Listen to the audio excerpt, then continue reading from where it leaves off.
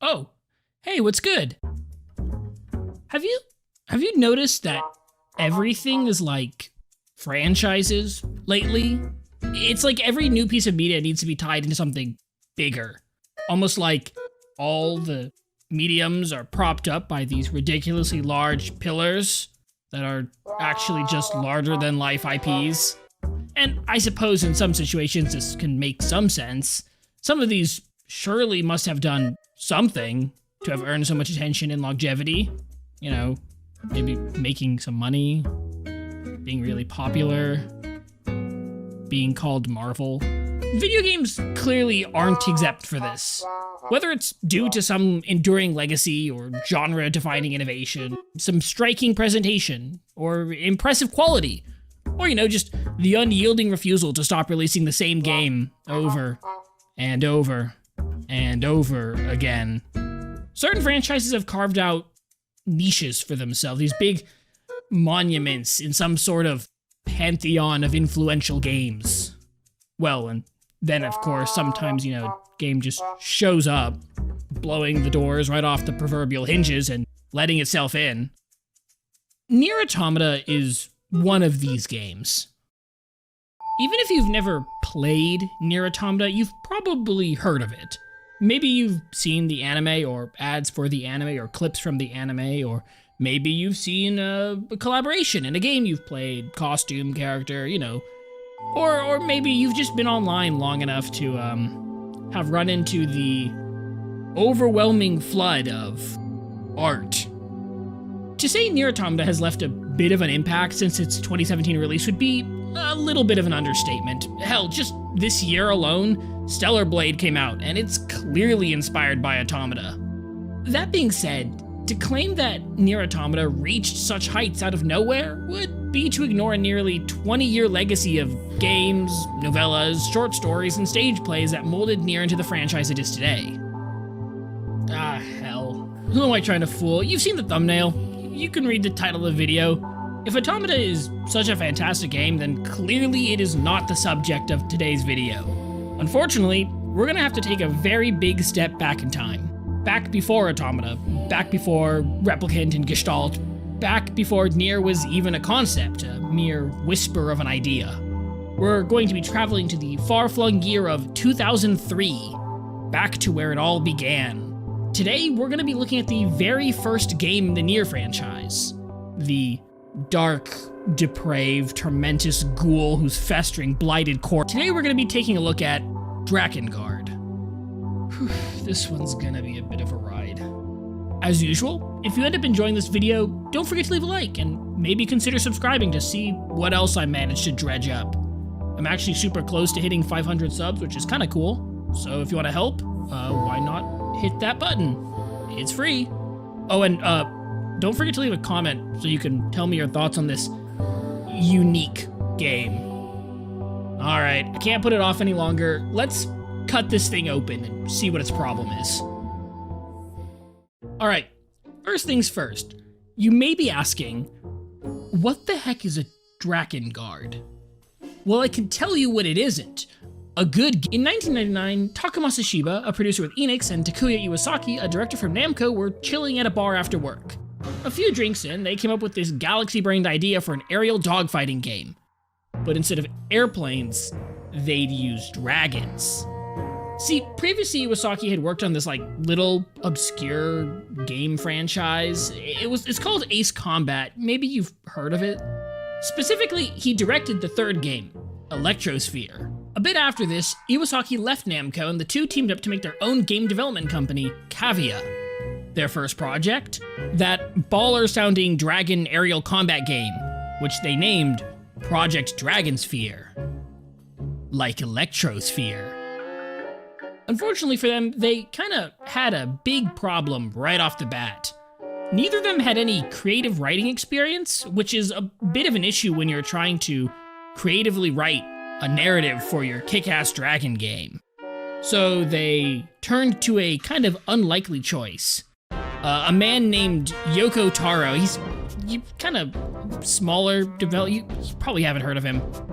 See, Yoko was an old friend of Iwasaki and had originally been brought on the project as creative director. Unfortunately, when Shiba and Iwasaki saw his concept designs, they decided that they were, quote, pretty mid. So they assigned him to the role of project director, which is a thing that people do, of course. Prior to his involvement in Project Dragonsphere, Yoko's game-making experience can be loosely summarized as some design work here, a bit of planning there, and some CG work as well. So, you know, of course it makes sense to just hand him complete control over this breakout project. No issue there. Yeah, no, I don't see any problem with that. That makes sense.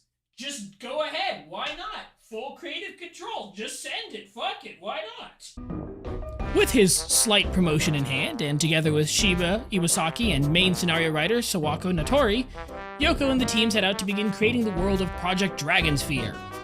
That being said, while putting the setting and narrative together, the creative team realized they would really need to shake things up so they didn't get swallowed by the immense shadow that is Dragon Quest and Final Fantasy. See, the critically acclaimed Final Fantasy X was only a few years old at this point, and it had left a sizable impact on the gaming world. And while it would be another year before the titan that is Dragon Quest VIII would release, DQ7 had still managed to leave a very memorable impact just a few years earlier. Needless to say, the Project Dragonsphere team is gonna be fighting an uphill battle with this one. So, to really try and make a name for themselves, they decided to do the opposite of Square Enix's flagships, kicking the virtuous hero and righteous quest formula to the curb in exchange for a morally gray protagonist and a much darker plot, focusing on more mature and taboo subjects, like war crimes and cannibalism. At some point during development, however, Yoko took a step back to look at what they had so far and in a moment of lucidity realized, oh wait, this is kind of really dark, we might never get this released. Deciding they should probably get the okay from anyone, Yoko reached out to a colleague and future partner in crime, Yosuke Saito, asking if he could try and secure a green light for their game from Sony. So Saito jetted over to LA, where Sony was currently showing off some games at E3. When he got there, though, the staff was really tired from reviewing game pitches all day, and they kind of just said, "Fuck it, sure, go for it. Do whatever you want. I don't care." You know, like a professional would. Around halfway through Project Dragonsphere's development, the second Dynasty Warriors game released, introducing the gaming world to the Musou genre of action games. And the world liked it. Which was all well and good until you find out that a very certain someone in charge at Cavia also liked it. A bit too much. Specifically, Shiba decided that Project Dragonsphere should also be a Musou game. Remember, the original premise for this game was Ace Combat, but dragons. This meant that the team, which had only been working on this cool dragon air combat battle system, suddenly also needed to figure out how to do cool, awesome man on the ground combat. But not just man on the ground, also dragon on the ground, but in the sky. I'll follow up on how this went later. Also around this time, the Square Enix merger happened, which was kind of fun because the new advisory team showed up and was like, "What's going on with the content in your game? You should not do it like that." To which Yosuke Saito responded, "No." Also, the release date is getting very close, and Yoko Taro is sick and tired of working on this game. So sick and tired that he swore that he would never ever make another Dragonsphere game ever again. For realsies. I mean it. And that definitely happened. On September 11th, 2003, Project Dragonsphere released in Japan under the title Dragon Dragoon. They promptly dropped this in NA and PAL because Dragon Dragoon sounds stupid. Which is how we got the title Drakengard. which sounds stupid. They also tried to censor some of the more extreme content, but that only sort of worked. Only a little bit. Oh wait, now I actually have to talk about the game itself. Uh-oh, that's not good.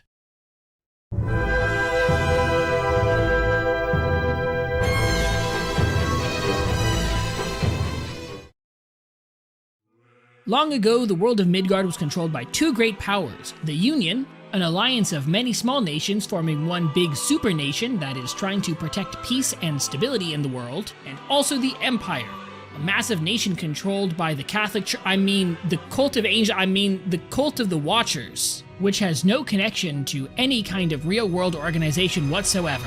These two powers are currently warring over an individual known as the Goddess of the Seal.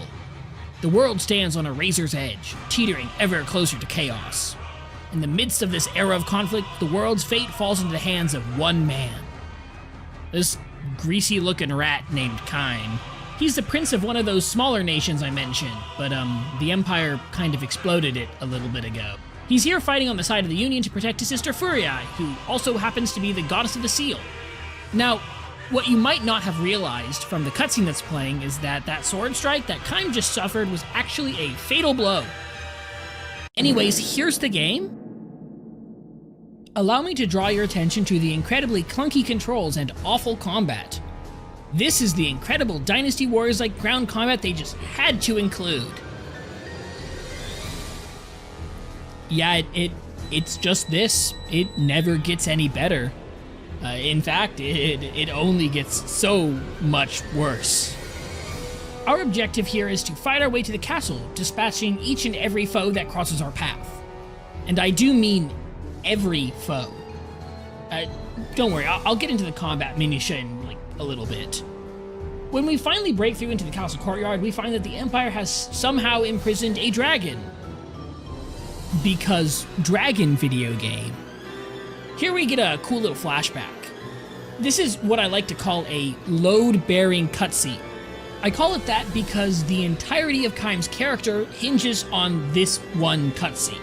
See, at some point before the event of the game, during the period where their nation got exploded, Kime and Furia's parents were killed by this black dragon. The Empire sent it to kill their bloodline. You know, for funsies. While Kime and his sister managed to survive the attack, the event caused Kime to become filled with hatred, and also racism. Anyways, Kime's dying now. Noticing how the dragon is also dying, Kime proposes something inconceivable. The two must make a pact to survive. Alright, pause. We're gonna talk pacts now. In the world of Drakengard, there's this form of magic that is called a pact. Yeah, no shit, Sherlock. Where a human and a magical beast entwine their souls together. As a result of this contract, the human gains supernatural strength and magic power. However, in exchange, they must give up something very important to themselves and also become branded by a sigil that symbolizes a sacrifice. Meanwhile, the magical beast doesn't really get anything, actually. Except that you can kill them easier now, because if you kill the human, they also die. Yeah, sure. It's a good deal. What are you talking about? In the case of Kime and the Red Dragon, Kime is henceforth forbidden from yapping ever again, which introduces a very unique storytelling issue. With Kime unable to speak for the rest of the game, any sort of characterization we get is through these very janky mid-PS2 era non-verbal actions during cutscenes. Additionally, the dragon decides to take on the role of speaking for the both of them, which now means that not only can Kime not really express himself properly, but any interpretation of his actions by himself or the dragon are going to permanently be colored by the dragon's opinions and perspectives.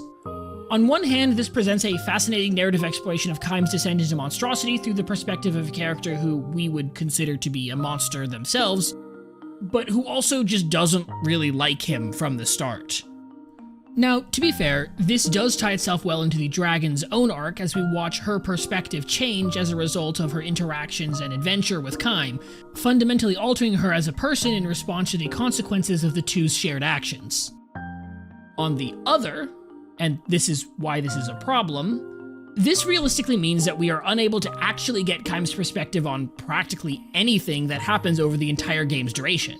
While this lack of access is the basis for the aforementioned fascinating narrative exploration, I'm gonna hit you with what I suppose is the take of the decade.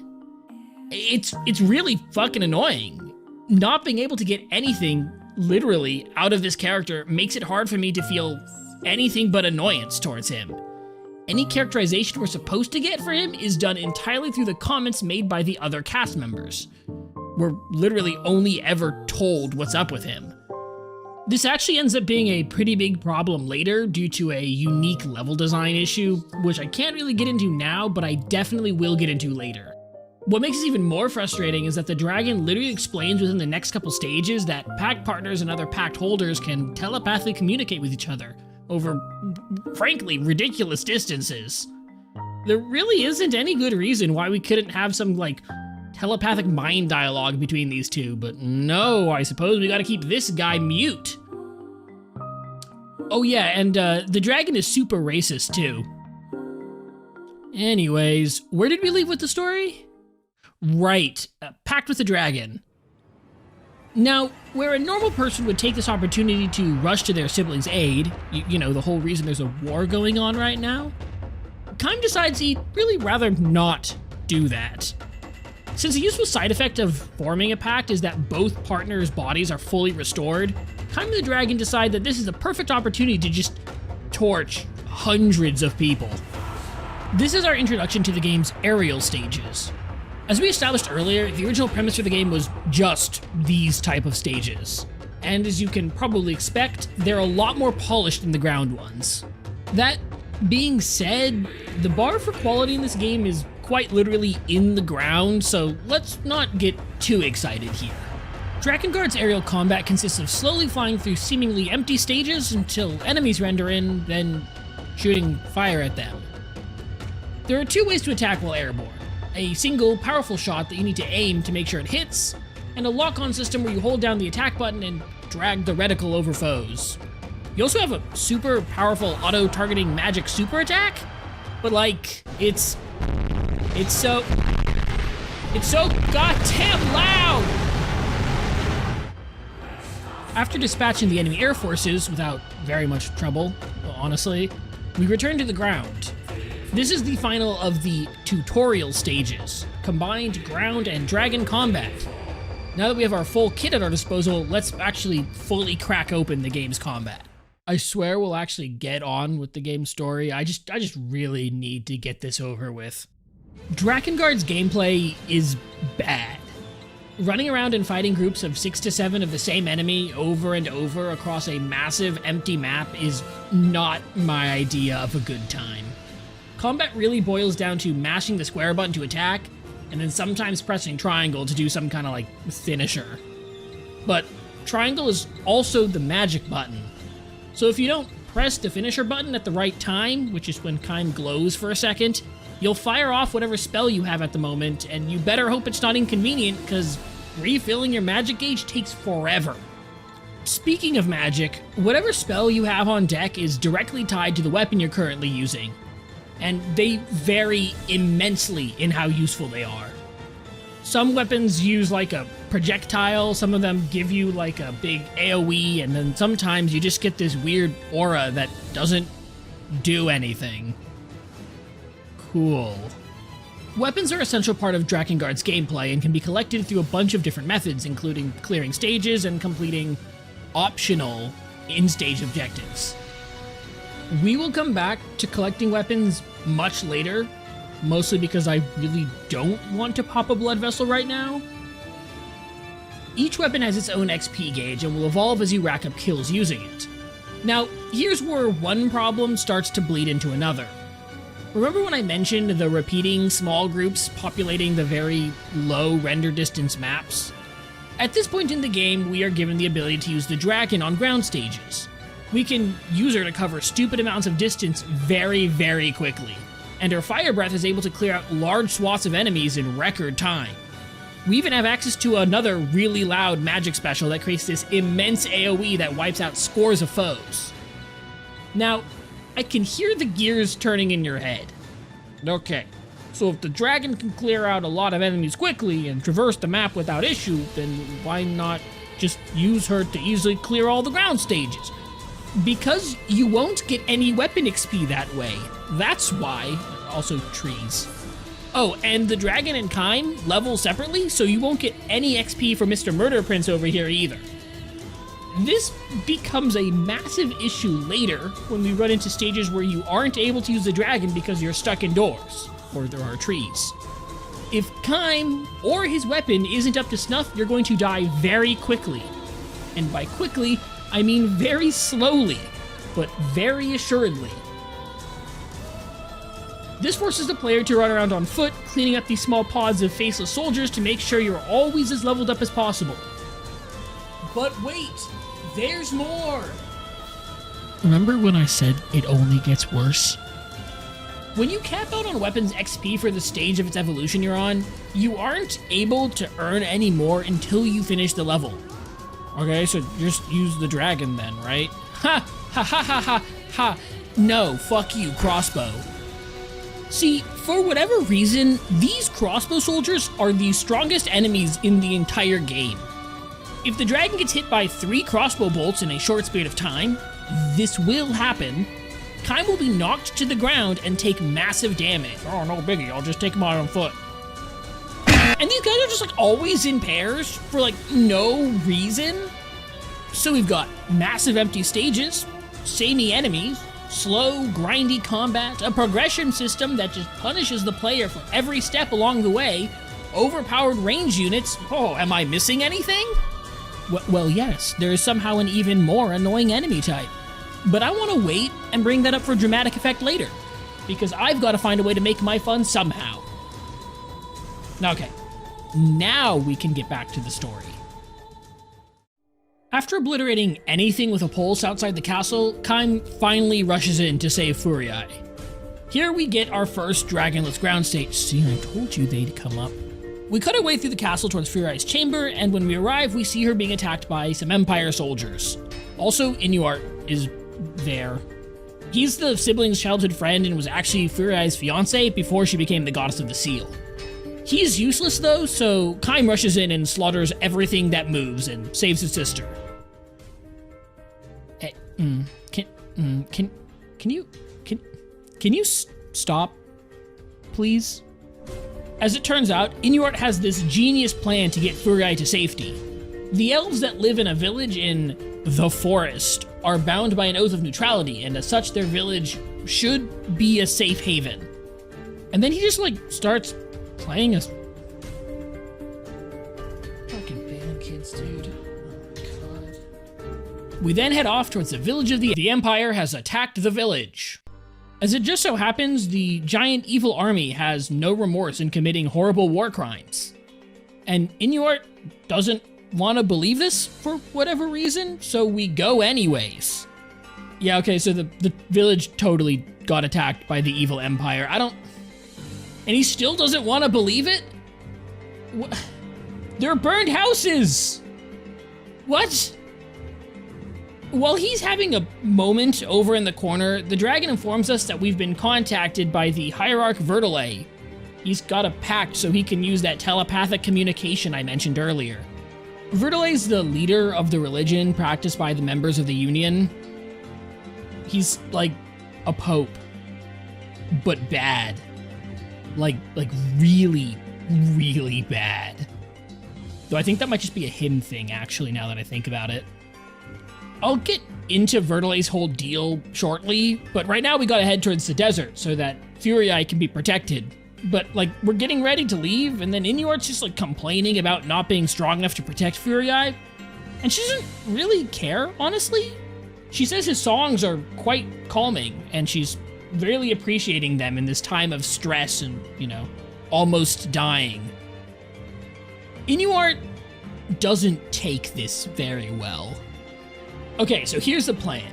These two are going to head off to meet the Hierarch, while Kime and the dragon will stay to further investigate the ransacked village. It's here that we get our first introduction to the game's central antagonists. Not a whole lot is known about the Watchers, not even really in the supplemental material, but their supplicants, the cult of the Watchers, are willing to commit countless atrocities in the name of their unknown gods. As we're informed by the only guy left in the village, the cult's forces have taken the survivors to a shrine deep in the forest to perform some horrible, unspeakable ritual. With this knowledge, we rush. New bad game mechanic just dropped. If the hordes of faceless grunts are boring, and the crossbow units are frustrating, then these red armored enemies are just flat out annoying. To spice up combat, the game introduces these guys. Their gimmick is that they're immune to magic. Because, of course they are. If you'll bear with me, let's think back to earlier when I was ranting about the combat and mentioned that misinputting and accidentally casting a spell is very common. You might start to see why this could become an issue here. Also, your best crowd control attacks are magic. Okay. So, what does it really mean when the game says these guys are immune to magic? It means that you're gonna have to slow down and wail on each guy individually to avoid getting the biggest clapback of your life if you even think about casting a spell. Another thing, to say these guys are immune isn't really correct. They do take damage from spells, it's just reduced to like 1. And whenever they get hit by magic damage, they spit out a little green flame as a counterattack, a very painful counterattack. Oh, and the dragon's attacks during ground stages count as magic damage. What a fun and well-designed combat system! Speaking of well-designed, when we actually arrive at the shrine, we're attacked by priests from the cult. These wizards just infinitely spit out magic orbs while staying at range, floating away from you. Something I've neglected to mention is that there's a dodge button. You may have seen me rolling once or twice. It's bad. You can only roll left or right, and it's slow, and it's clumsy, and these guys keep slapping me with their balls. When we enter the shrine, we learn that the elves aren't even here. Where did they go? Great question. Anyways, this random dude crawls up to Kime and begs him to save the village of the fairies. Which isn't even a village of the fairies, it's humans who live in the fairy valley.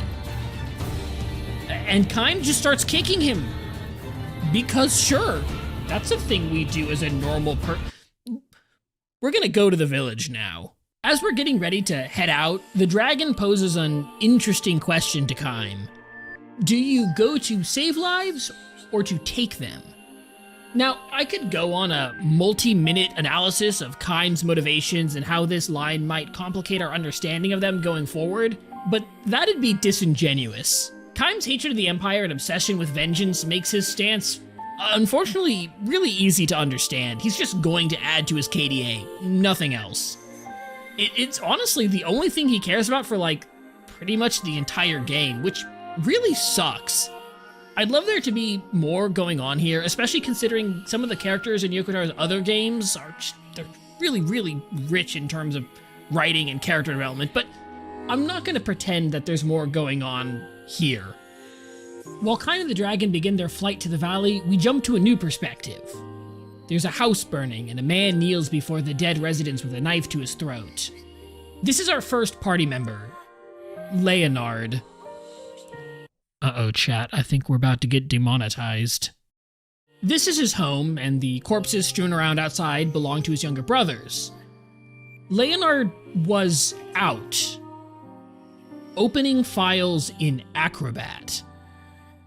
He feels super bad for not being home when the Empire attacked, but despite how much despair he feels, he can't bring himself to end it. It's here, in the depths of his sorrow, that he's approached by Pixie, who promptly tells him to please commit self-unalive. Hey, that's it! Kill yourself! Also, as a sort of funny prank, Pixie bullies Leonard into forming a pact, because... funny? I suppose? We end up finding him a little bit after this, now blind as the price for his pact, offering prayers for the dead regardless of their side. Alright, now for the controversy. All of the characters in Drakengard were made flawed by design. Kaim is a violent mass murderer obsessed with revenge above all else. Inuart is a jealous, insecure idealist that is quick to fall into defeatism. Verdele, who we'll meet soon, is a self-centered coward who uses religion as a screen for, frankly, just kind of being worthless. Furia is a soft-spoken, repressed, resentful person full of profound self-loathing for her station, the world, and also she's kind of like a mega freak. And Leonard?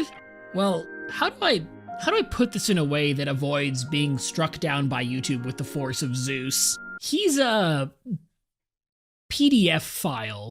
You remember how I mentioned he wasn't home because he was opening files in Acrobat? Yeah. You know, maybe Pixie was right. With that out of the way, Leonard in our party and Chris Hansen hot on our trail, we make our way to the desert. And it turns out both Inuart and Verdele managed to get captured while we were gone. Great.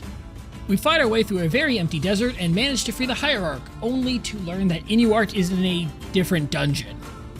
Verdele informs us that the Empire plans to break all the seals and release the mythical Seeds of Resurrection in order to completely remake the world. And the dragon is not very pleased to hear this. Meanwhile, in that different dungeon I mentioned, they've crucified Inuart. There's this ominous voice speaking to him, revealing his innermost desires and faults. At first he tries to deny it, but no amount of "no" will keep him from contracting the "I am evil now and have scary red eyes" disease, which is a real disease in the world of Drakengard. Like, I'm not kidding, look it up, it's there, they've got a wiki page about it. So, Inuart is still really upset that he is weak, which is good for him because there's one surefire way to become stronger. This will not go poorly for anyone, I swear. Inuart's obsession with strength and the consequences of that obsession is one of the only well-executed character arcs in this game. As the story progresses, we see him fall further and further into inhumanity. Sure, he may end up attaining the very strength he desires, but at a cost he won't realize he had to pay until much too late. At the end of the road, when he finally realizes what he's done, his reaction is incredibly human. So, what's our favorite murder prince been up to? Ooh, yikes. Looks like he failed to stop the desert seal from being broken. That's a bummer, man. You'll get the next one. You know, maybe it had something to do with how tanky the enemies have been getting. Before we can move on, Kaim and the dragon hear a strange voice and follow it to an Imperial prison. It's here that we meet our second party member, the elf, Ariosh. A raid on her village resulted in the death of her husband and child, driving her to insanity. Her central flaw is her new favorite meal of choice. For whatever reason, after losing her child, she became obsessed with protecting children. And in her mind, the best way to do that is to eat them. The game doesn't really go into this very much, it just kind of lets her be a freak in the corner by herself. She eventually ends up making a pact with the elementals Salamander and Undyne after the prison just explodes. The price for her pact was her womb, because child things, and no longer able to have child, and also, I suppose, value of woman equals ability to have child. Thank you very much, game. Very smart and intelligent and... Anyway, we recruit her to our gang, and she, almost immediately tries to eat Kaim, so that's cool. Alright, the plot's plotted along long enough. We gotta shake things up. While we were in the desert, we actually found Inuart's harp. It was just, in the sand. And then, as we're going through some mountains, they run into the guy. He just, shows up. Turns out, he's made a pact with a dragon, exchanging his ability to sing for strength. But it isn't just any dragon, it's a black dragon. The Black Dragon. Inuart has traded his kindness and humanity for the strength of demons, and in turn sided with the very empire that seeks to destroy the world. Kaim is understandably not super stoked about this. Refusing to hand Furii over to Inuart, Kaim draws his blade on his former friend, and I'm honestly just gonna let this play out, because it's, you'll see.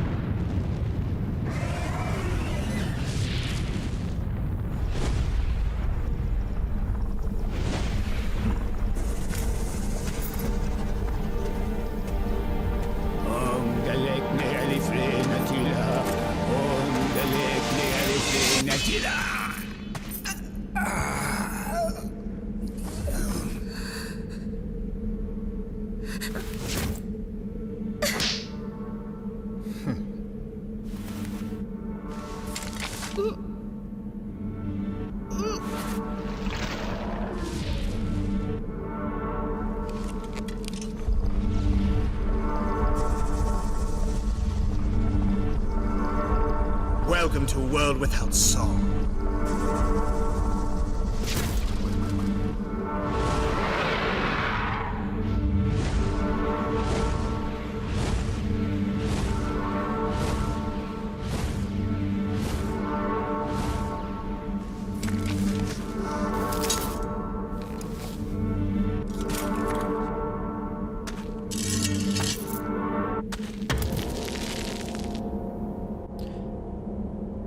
That was simultaneously the rawest and stupidest line I have ever heard in a game. Unfortunately, because Inuart violated the rules of consent, he is now kill on sight. So we should probably get after him. We pass through some mountains that aren't important right now, but really just introduce the idea that the Empire has pressed the demi-humans of Midgard into their army, so now instead of faceless soldiers, we also have goblins and trolls, and it doesn't really change anything. They're just different models. Out of nowhere, a piercing cry echoes across the world. Turns out the third seal was broken while we were busy wandering through the mountains. Well, that sucks. All that's left now is the goddess of the seal to maintain balance in the world, and we do not have the goddess of the seal. We need to rush to the Great Plains to meet up with the two forces. The Union and the Empire are actually getting ready to have their giant final battle, and we should probably participate.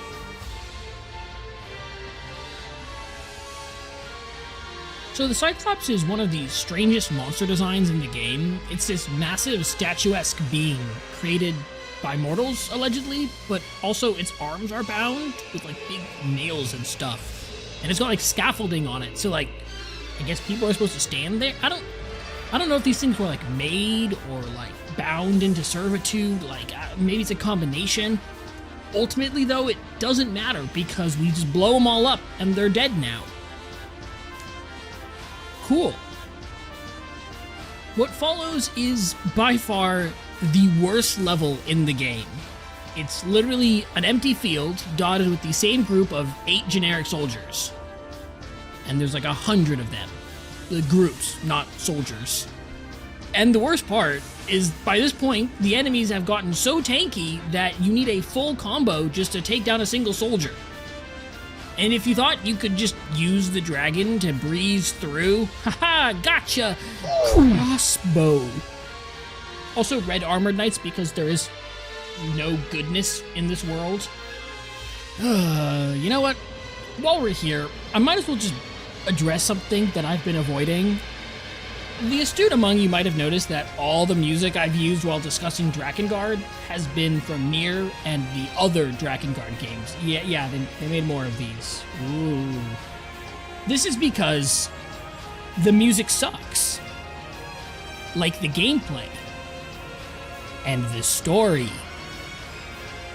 Practically every track in this OST is just grating, repetitive, and offensive to the ears. Here, have a listen.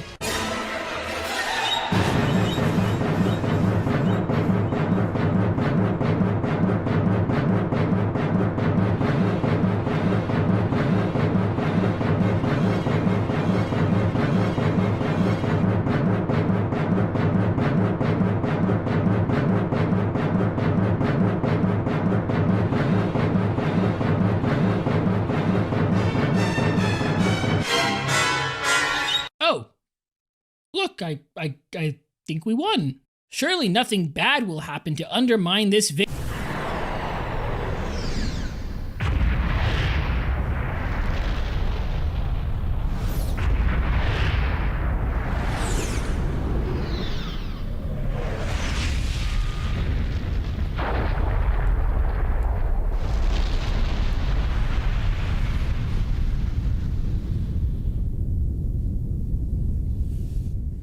So, as luck would have it, not only did that blast obliterate our army, it also corrupted the soil we stand on, and now the dead are rising. Cool. I also lied. This is the worst stage in the game. Not only do you have to run around the same giant field and kill the same generic soldiers again, you then have to go back through and kill all the skeletons that spawn on foot. And no, you can't use a dragon, because if you try that, they just despawn. Oh yeah, and they're just really tanky, just because, and their attack pattern easily stun locks you. You know, it's cool, it's fun, it's great game design. You know, if you're a masochist. All right, so what do we do in this situation? Well, we've got a couple of options. Personally, I chose an unorthodox approach. I uttered a forbidden incantation to the dark god Natch for untold fortitude and strength. Which is to say I cheated. Oh, get off that high horse, you look ridiculous. Why did you even bring that in here anyways? Look, I've said it too many times. The gameplay is bad. It's tedious, frustrating, mind-numbing, and worst of all, it's just not fun. There honestly isn't any sense of accomplishment or reward for doing anything. You know what? I'm just gonna say it outright. I am through wasting my time on this bum-ass game. I still died? You might have noticed that around this point in time, I stopped streaming my playthrough of Drakengard. Turns out, play boring, repetitive game, no one shows up. Makes sense, the game is bad. After finally defeating all the undead, I'm not turning the cheat off. Fuck you, you can't make me. The party is finally able to turn their attention to the source of the magic explosion. Because, why not? The Empire has a super secret, super magic weapon. Patent pending. Namely this absurd flying fortress armed with a high ordnance magic orbital cannon. And you know, we're just gonna fly up. What are they gonna do? Stop us? Meanwhile, inside the Sky Fortress, it turns out Inuart is really getting into his heel turn and he really wants to go after Kaim. He actually wants Kaim so badly that he's managed to entirely forget who Furia is. His love for her replaced with gay, I guess. I mean, go off, but like, imagine letting yourself get possessed by the Voyeur Squad. It could never be me. Anyways, we're gonna fight now. And I'll admit it, this is by far the coolest level in the entire game. The dogfight against Inuart's Black Dragon lets you feel exactly what the original vision for this game was supposed to be. Dodging and weaving through the magic attacks while trying to line up your own shots is exhilarating. Man, imagine if the whole game was this well thought out. It might actually be fun. While the fight rages on, we actually get to hear Inuart slip deeper and deeper into insanity, babbling incoherently as he desperately tries to cling to his memories of Furii. It's some pretty effective characterization, though again, the bar for that is still in the floor. After giving the Black Dragon a solid smack, it and Inuart fly away, leaving us to give chase. Which means it's time to cause immense amounts of property damage. They will literally never recover from this. Once we get inside, we're given a seemingly endless supply of faceless soldiers and a 20-minute time limit to save Furii. And the game is back to sucking again. Oh. Damn, she's dead. Huh. Turns out, no matter what you do, Furii is dead by the time we reach the Innermost Sanctum. It's here that we get a chance to finally meet that ominous voice that made Inuart evil. This is Mana, the High Priestess of the Cult of the Watchers. We'll get into what her deal is a bit later, but right now, we kinda need to get out of here. With the seals broken, the end of the world is just happening. It's happening. But it's not the end of the game. Oh, and also Inuart becomes normal again. And then he gets fucking owned. Oh shit, we're fighting? Okay, beat him up again. And okay, now he's leaving. Alright, from here we need to rush to the... What? What happened to Inuart? Not important. Apocalypse, stop it. Go. The skies above the Imperial City are swarming with fiends and monsters, and all the different cast members are commenting on how it looks like it's the end of the world and everything's dire, and out of nowhere a horrid monstrosity appears. This is the Worm. It's a mythical ancient dragon feared by all other dragons. Now I know we're like in a sprint to the end here, but I kind of feel obligated to just stop and draw attention to some writing that's happening, because there's not a whole lot of it. When the worm first appears, the dragon is nearly frozen in her tracks. Despite her bravado throughout the game so far, the legends surrounding this creature bring her genuine fear. And yet, spurred on by Kaim, she challenges the worm anyways. He doesn't say anything, but supposedly the bond between them has deepened, and their power, grown. While she sees the act of challenging the worm as foolish, the two will end up being fools together, and it's kind of cool. I mean, okay, it'd be cool if we had seen any of the growth that supposedly happened leading up to this moment. Whatever. We defeat the worm and the dragon thanks Kaim for helping her grow stronger. And then the game drops us into the city on foot. And there's nothing but red armored enemies. You gotta be fucking kidding me. We eventually reach the Cathedral of the Watchers and are set upon by Mana's demonic guards. You can actually see one of the Seeds of Resurrection in the background there. It's that weird giant white marble. Anyways, Kaim draws his sword, he's ready to kill Mana, and then Vertile shows up. He's done nothing but complain so far and is like, no, killing kids is bad. Allow me to perform some freaky magic on her, which totally backfires and she gets really big. And then there's this really annoying final boss battle. And it sucks, and the projectiles are annoying and really hard to dodge. Yay! After we defeat Mana, we get a scene in the destroyed cathedral.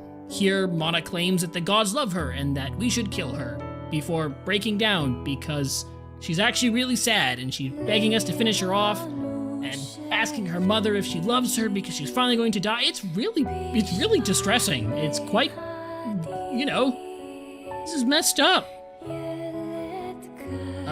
Again, gotta wait on why she's doing this, but we ultimately decide to not do this and instead make her live with the guilt of her actions, which is also equally as messed up. It's bad decisions all around. Mana doesn't take this well. The last order of business is figuring out who will become the new goddess of the seal. Surprisingly, the dragon volunteers, proving that with enough wanton murder and destruction, even the most racist dragon can learn self-sacrifice and empathy. The incantation is seared into the dragon's body, and Kaim weeps for her pain, which is a sizable amount of character growth to come out of pretty much nowhere. Finally, as the dragon disappears into a ball of light, she reveals her deepest secret to Kaim, her name, Angelus. And that is Drakengard, a very weird game plagued by... Huh? What do you mean it's not done? There are how many endings? Oh man, look at this jump. Imagine playing through all 5 endings of the original Drakengard for the PlayStation 2. Could never be me. Hey, since I've got you here, we've been going for a little bit. If you've enjoyed the video so far, remember to leave a like. And while you're at it, why not tick that subscribe button? I've got a surplus of them and they're completely free. Oh, and each sub button also gets you a free bell ring. That's pretty cool. Anyways, where did I leave off? Oh, right, I was about to get into...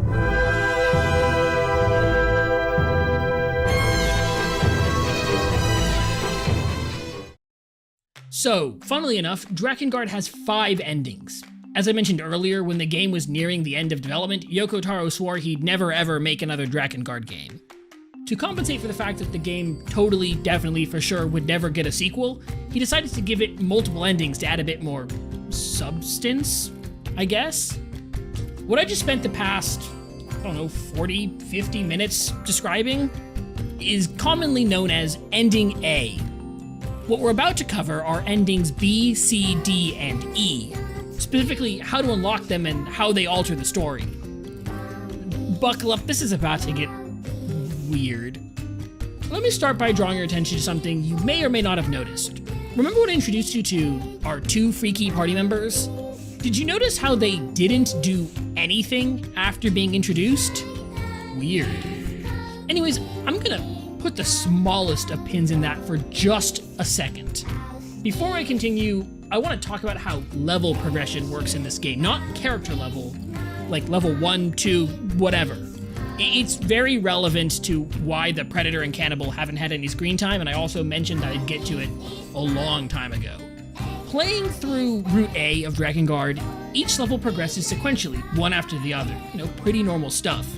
However, what the game isn't showing you is that it has a frankly stupid number of sub-stages set in between the main stages.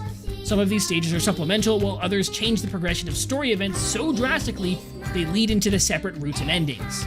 The game is not very good at directing you towards the order in which these are supposed to play out. In fact, meeting Leonard and Arios is entirely optional in Route A. They're so optional that they're entirely irrelevant until Route D. The only reason I elected to bring them up was 1, because technically them being present throughout all the other routes is canon, and 2, so I could even make this point to begin with. Another interesting consequence of presenting the story in this semi-unstructured way is that in-stage character dialogue tends to contradict itself. Because the game has no way to know what sort of order you're playing the stages in, it can't afford to leave out a piece of dialogue that might be relevant, so it just elects to include all of them. This leads to situations where a character encourages Kaim to be hyper-violent one second, then chastises him in disbelief for being such a callous, bloodthirsty person the next. It's really strange. Alright, with that established, let's get into routes B and C. There are 2 important events that happen in these routes, the singular event that forces a timeline to split, and the introduction of our third party member. Up to the point where Kaim and his party are crossing the Blue Mountains, leading up to the final battle of the war, these routes are identical to Route A. However, having defeated Mana and achieved the first route ending, we have checked the last flag needed for a new encounter. While traversing the frozen wastes, the party senses the telepathic voice of a packed beast calling them. When they arrive at its source, they find a destroyed village and a titan of stone carrying a young boy. This is Sere and his packed partner Gollum. He comes from a long line of mages capable of commanding golems with their magic. Unfortunately, as with pretty much everyone in this game, the Empire obliterated his village, leaving him the only survivor. That's rough, buddy. Sere's price for his pact was his time. This means that his body is stopped in the moment where he made the pact. He will never grow older and is functionally immortal. I'm pretty sure the game axes him like 3 different times and he just gets back up afterwards. Now, you might have noticed that he looks very similar to Mana. That's because they're actually twins. However, while her brother inherited the power to control golems with magic, Mana seemingly had no magical aptitude to begin with. This led to the twins' mother viciously abusing Mana, denying her any love while showering Sere with affection. As you could probably guess, this had a severe detrimental effect on Mana's psyche. It really, really messed her up. It was around this time that the Watchers, sensing her trauma and instability, found Mana, and they were like, oh sick, a vessel. And that's why Mana is evil. Anyways, Sere is also irrelevant until Route D, so we should probably just get B and C done with. The key point of divergence actually occurs a little before the whole Imperial City finale of Route A. We're going to jump specifically to the second battle with Inuart under the Sky Fortress. In these continuities, Kaim elects to stay and fight Inuart instead of trying to apprehend Mana. How quickly you defeat Inuart actually decides which of the 2 routes you get locked into. If you shoot him down in under 4 minutes, you move to ending C, otherwise he escapes and you're locked into Route B. Unable to finish off the Black Dragon, Inuart flees to the Imperial City. Kaim catches up with him, only to find Inuart, still carrying Furai's corpse, standing before a seat of resurrection. For some reason, he's convinced that putting her corpse in the spooky marble will bring her back to life. Kaim and Angelus try to convince him not to, but he just turns around and guilt trips Kaim, and the guy just stands down. Unfortunately, though, moments after Furai's body is placed into the seed, a spooky insectoid tendril bursts out, impaling Inuart. So, turns out, the Seeds of Resurrection are actually called the Seeds of Destruction, and their purpose is to bring about the end of the world. Man, Inuart, how did you not know that? Everyone knows that breaking the seals releases the world-ending gumballs. God, you're so stupid. Anyways, Furai is reborn as a horrific winged monster, and it's a boss fight now.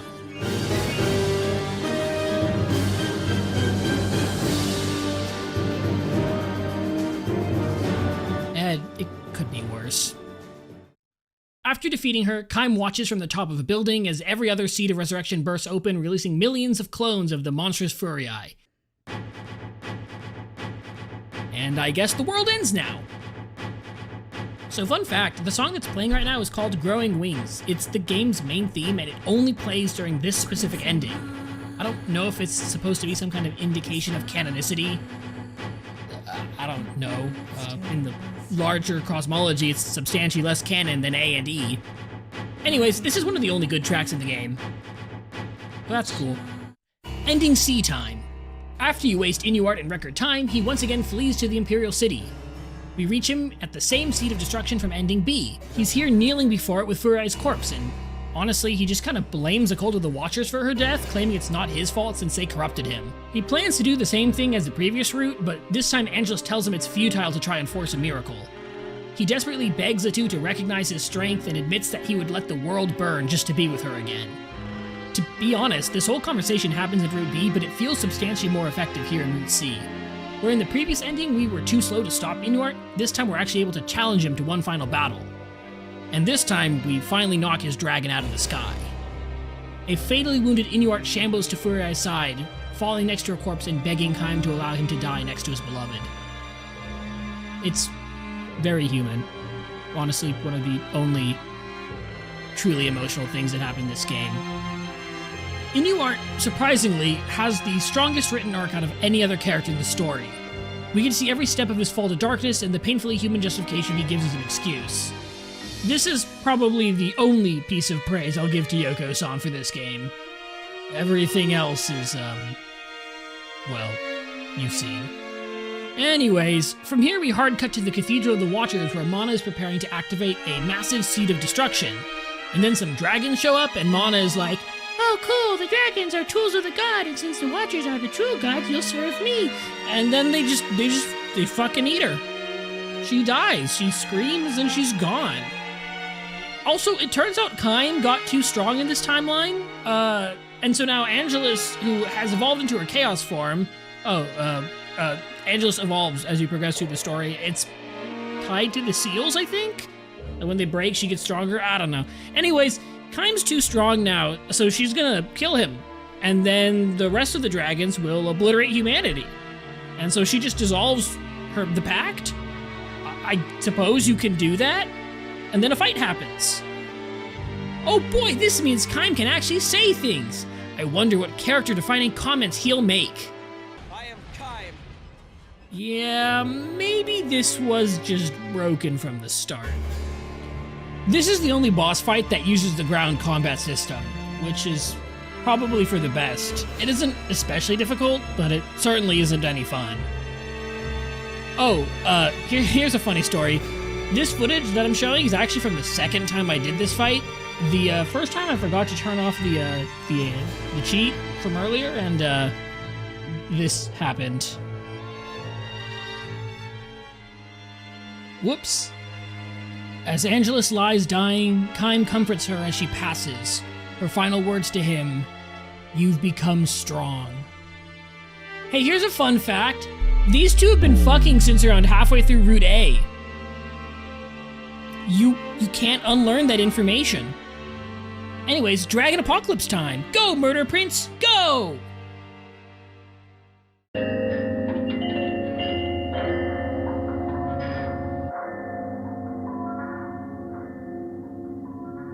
Route D is very unique, mostly because it deviates from the first three as early as the Forest of the Seal, which is very early. In a wild obliteration of the continuity, when Kaim and Angelus stay behind to investigate the ransacked village and first learn about the Watchers, Leonard of all people walks up and says he's worried about the state of the Forest Seal.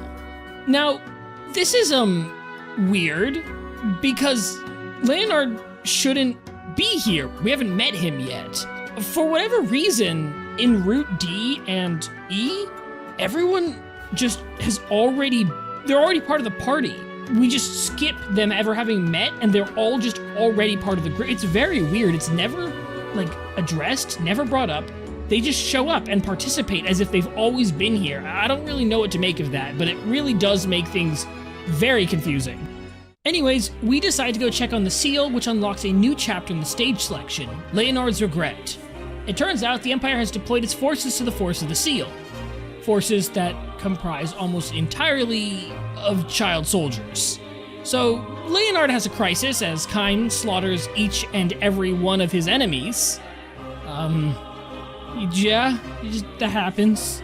At one point, Angelus asks Leonard why he's freaking out so much around all these kids, and Fairy immediately jumps in to roast Leonard. He's a horrible person, but he'll never admit it, ha ha ha! And then the King of the Fairies shows up.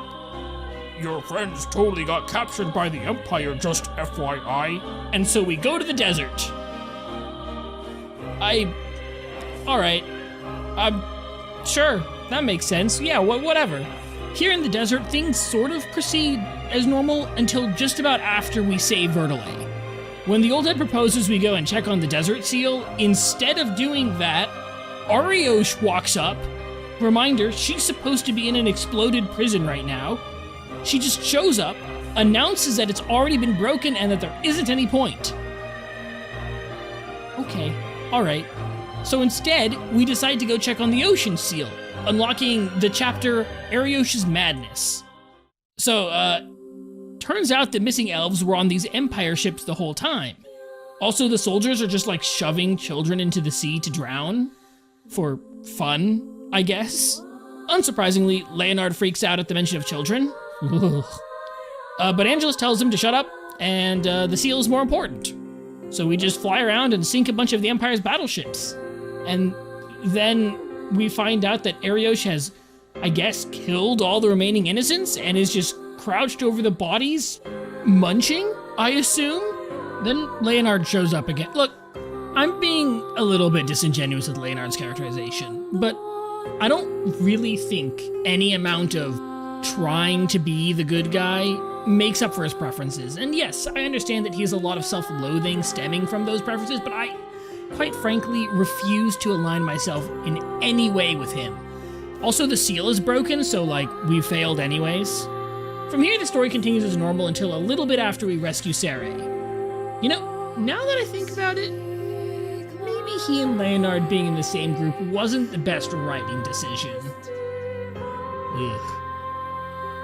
Sarai wants to look around the mountains for his missing sister, and since we haven't met Nana in this continuity, we might as well humor him. And then he gets grabbed by a bird.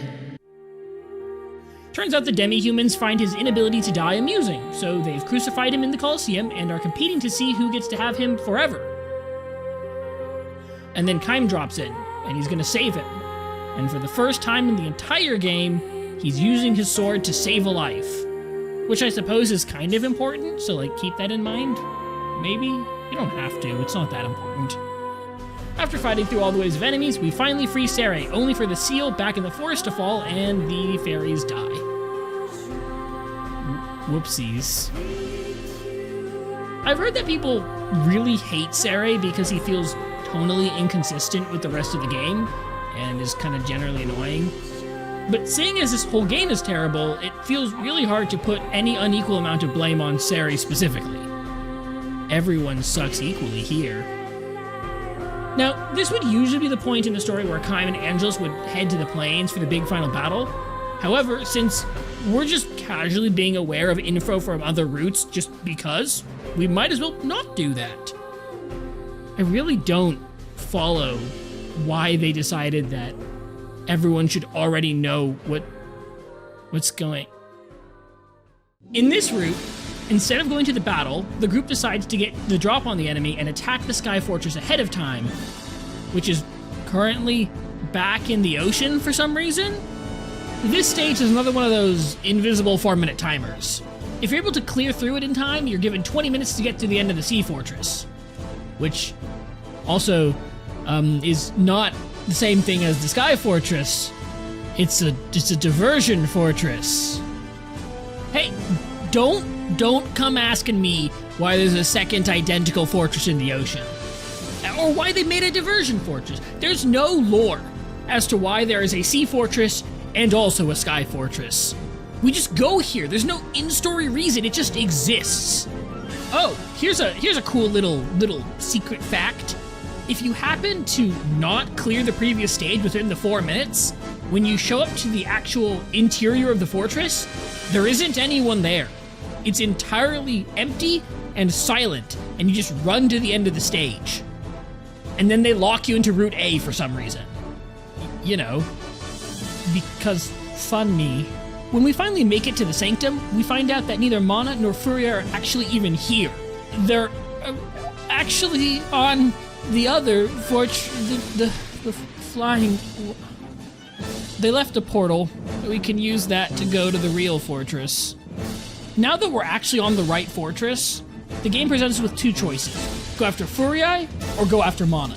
If we elect to go after Furia, we're able to find her right before she dies. In this moment, spurred on by Mana's spooky possessed self, Furia admits that she likes Kaim. Likes Kaim.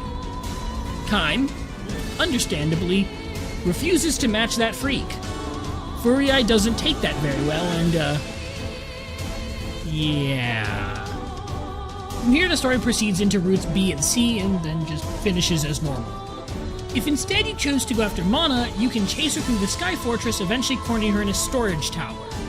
Here, Sari tries to wrest Mana from the Watcher's control, but, it doesn't work. He kind of comes to this conclusion that nothing he can say will, free her from their control, and so he orders Gollum to free her permanently. As you could probably guess, the Watchers aren't very happy about that, and so they kind of take matters into their own hands. And things just kind of go crazy from here. These, white baby creatures descend from the heavens and just start to, break everything. The heroes attempt to fight their way through the grotesquerie-filled Imperial City, but, they're literally endless. Well, not really. You kill all the ones on the stage and there's not any, but in the lore, they're endless. It's also around here that, Ariosh realizes that maybe what she needs isn't to have a child inside her, but to be inside a child. Anyways, they eat her. The party attempts to use this opening to flee to safety, only for the true form of the Watchers to reveal itself. I think? This creature is known as the Grotesquerie Queen, or more simply, the Queen Beast. To try and save the world, our heroes decide they must destroy it. Somehow. They're never gonna make it through at this rate, so Leonard decides to buy them some time. Sari gives him a really uncomfortable hug. Oh, don't stop that, don't make that face. And he begs Leonard not to die. Leonard announces he will not die, then he grabs Fairy, and he blows himself up.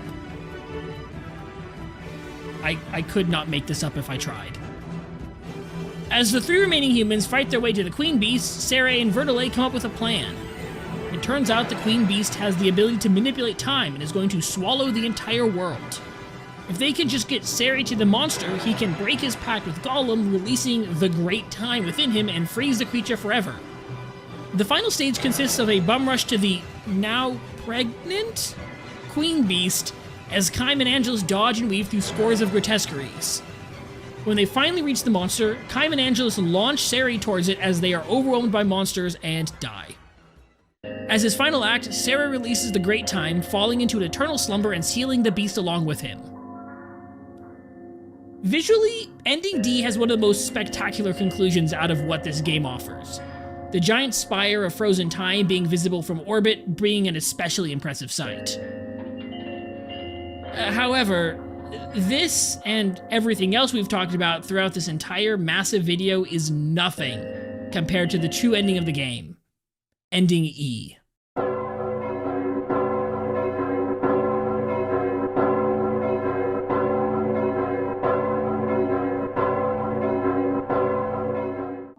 So, do you remember an hour ago, I mentioned I'd get back to the whole weapon situation? I think now's as good a time as any. There are 65 weapons in Drakengard. To obtain Ending E, you must collect all of them. As I established in the beginning of the video, the way you acquire these weapons is immensely varied. A handful are just given to you for completing certain stages. Of these, a minuscule amount are received from the main story. Oh, right, I forgot to mention, this game has side missions called free explorations. They're an excuse to just put weird configurations of enemies in the different map. They suck. Moving on. Most of the weapons are locked behind arbitrary unlock conditions. Everything from open this chest in this one room, to take out 5 specific mounted knights across the entire map, to wait 15 minutes in one room after clearing all the enemies from the first floor, then go back to the very first room and walk to the far end of a wall. Those 3 are all real objectives. I'm not exaggerating. I did all of them. The funniest part of all of this is that the game rarely, if ever, actually tells you what you need to do to unlock the weapons. It was fairly common for games of this era to hide little secrets and unlockables for the player to find, but I think 60 odd hidden items that are required to finish the game is a bit much. Regardless, my advice, hunt down a guide online. Most will be pretty ancient and a bit difficult to follow, but if you're really planning to play this abomination, which you really shouldn't, then you've honestly brought this on yourself. After much too long spent gathering all these weapons, you can finally get into ending E. We pick up right before the ending of Route D. Kaim and Angelus have, instead of going with the plan to seal the monster in time, said fuck it, we'll do it ourselves. To be honest, I'm really not sure what they're gonna do in this situation, but off they go.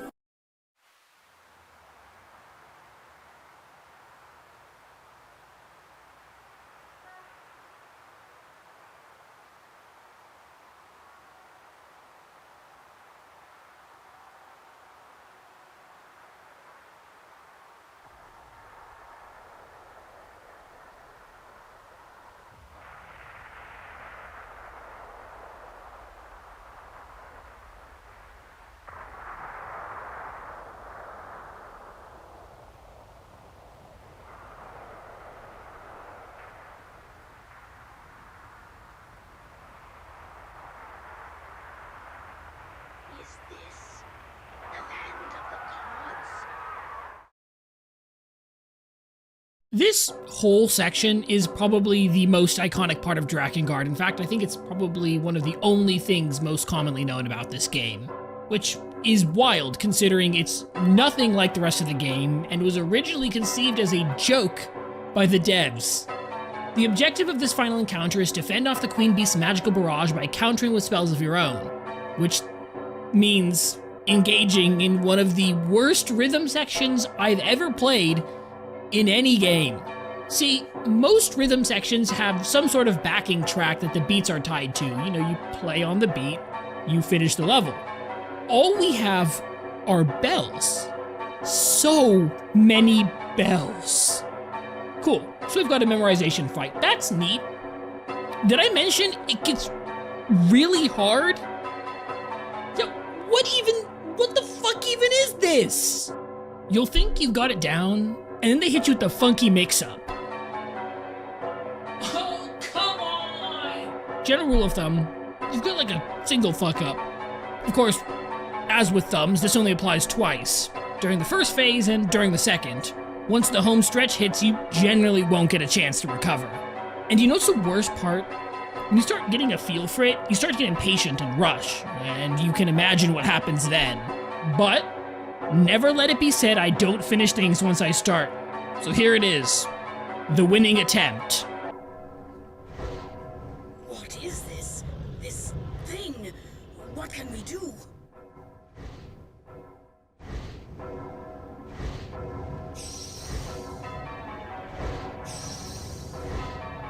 I'm probably just gonna call it after this. I was thinking I would like stream Final Fantasy or something, but my brain feels kind of like mush.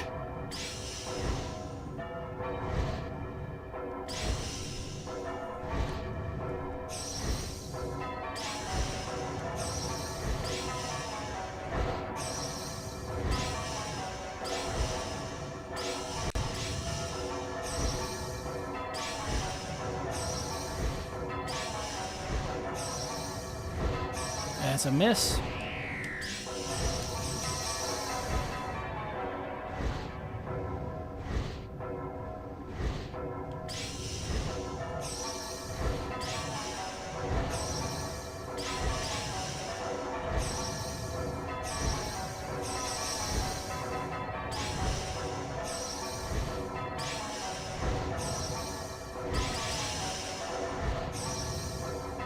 It's another miss.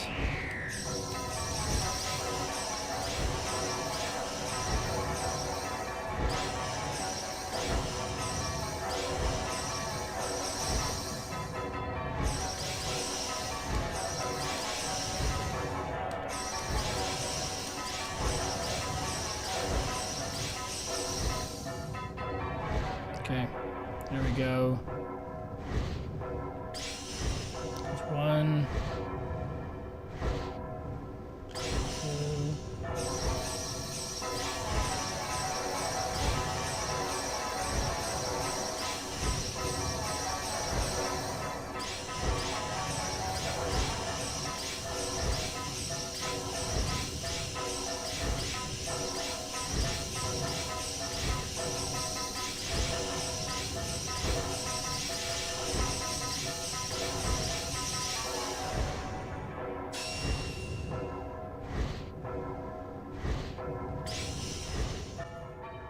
Holy shit. Oh, what? Oh! Oh! Oh my god! I'm free!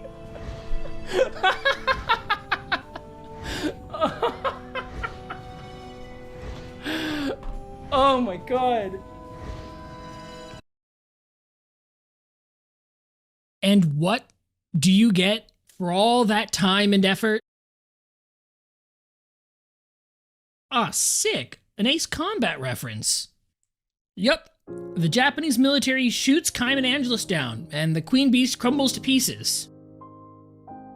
I'm positive this will have no negative repercussions on the world at large.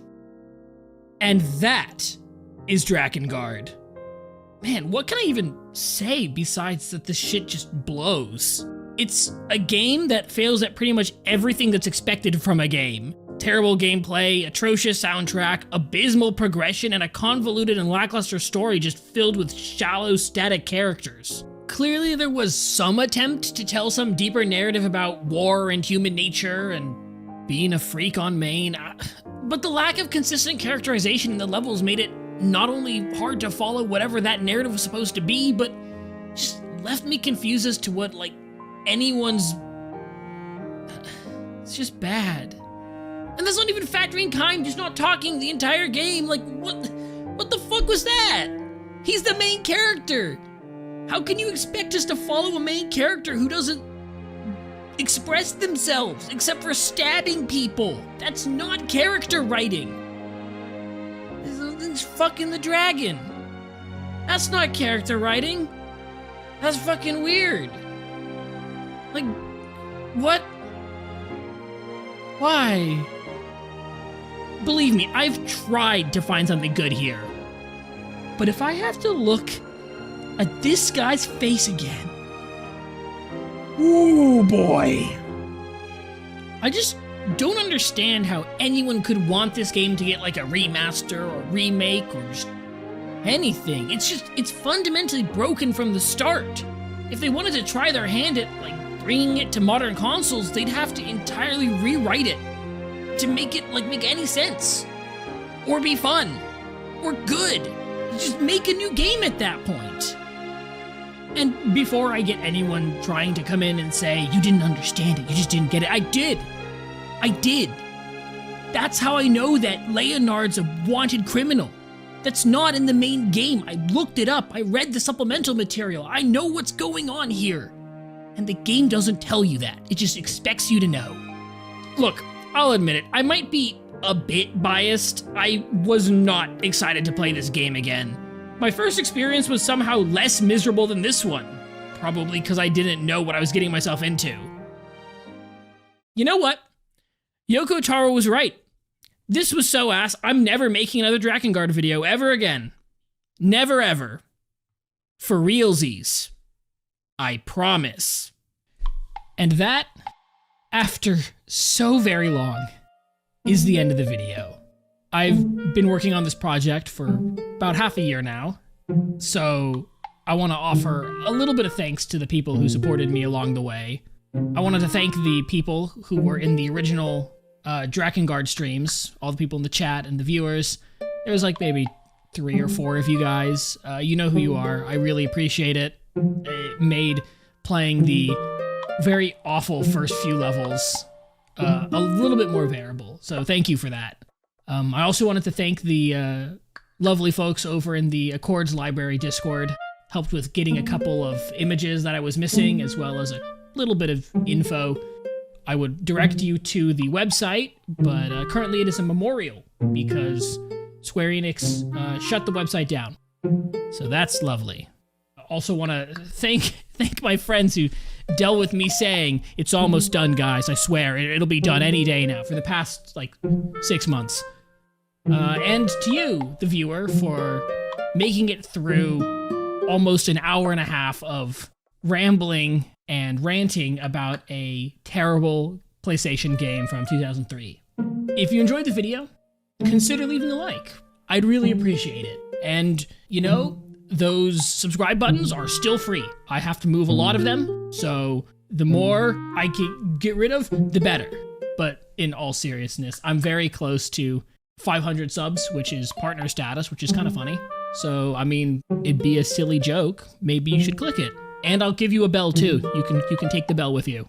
And you know what? I know a lot of people who are going to make it to this point are not going to agree with my scathing take on Drakengard. So, if you want to share your 10 cents, 20 cents, $50, why not leave a comment? I'll try and get to as many as I can in the first couple weeks, maybe month of the video being out. I'm kind of bad about that. But aside from that, stay tuned. Shorter videos in development, much shorter videos. And yeah, thanks again for watching, and I hope to catch you around.